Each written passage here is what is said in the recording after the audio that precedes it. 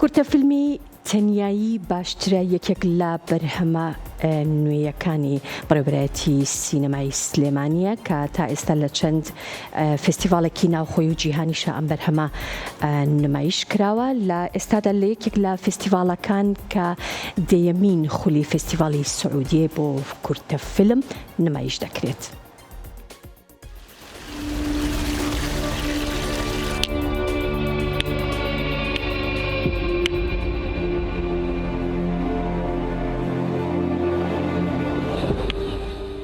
کورتەفیلمی تەنیایی باشترە لە دەیەمین خولی فیلم فستیڤالی سعودیە لە شاری دەمام لە بەشی کێبڕکێدایە بۆ بردنەوەی خەڵات. ئەم فستیڤالە بە یەکێک لە باشترین و گەورەترین فستیڤالەکانی سعودیەدا دەنرێت کە ئەم ساڵ دەیەمین خولی خۆی بە بەشداری چەندین فیلمی کورت و ماوە درێژ و دۆکومنتاری ساز دەکات.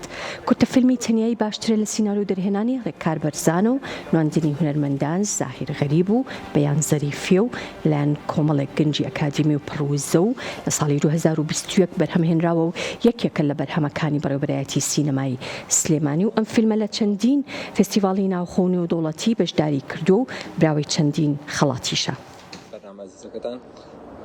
من ڕێکار بەرزان سینانویس و دەرهێنەری کورتەفیلمی تەنیایی باشترە. کورتەفیلمی تەنیایی باشترە یەکێکە لە بەرهەمەکانی بەڕێوەبەرایەتی سینەمای سلێمانی کە لە ساڵی 2021 بەرهەم هاتووە. ئەم فیلمە لە دەرهێنانی و سیناریۆی بەندەیە و لە نواندنی هەردوو ئاکتەری خۆشەویست کاک زاهیر غەریب و خاتوو بەیان زەریفیە و لەگەڵ کۆمەڵێک هاوڕێ و سینەماکاری و فیلمسازی گەنجی شارێکی خۆمان بەرەمان هێناوە. هیوای سەرکەوتنیان بۆ خۆزم و سوپاسیان دەکەم. کورتەفیلمی تەنیایی باشترە لە ئێستایا بەشدارە لە دەیەمین خولی فیلم فستیڤالی سعودیە لە شاری دەمام.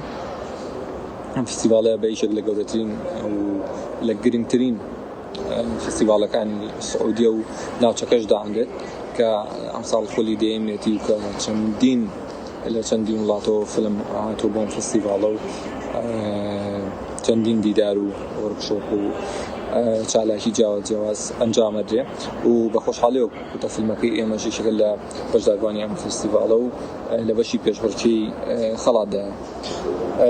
شایانی باسە کورتەفیلمی تەنیایی باشترە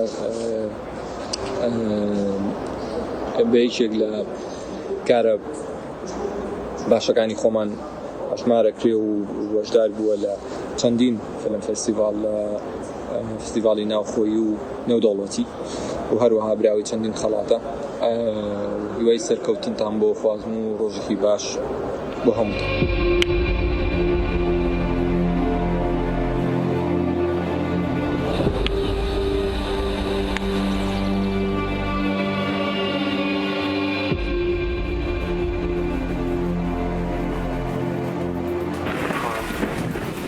ناوم ئاوایە دەستەکەتای لاویمە حەزێکی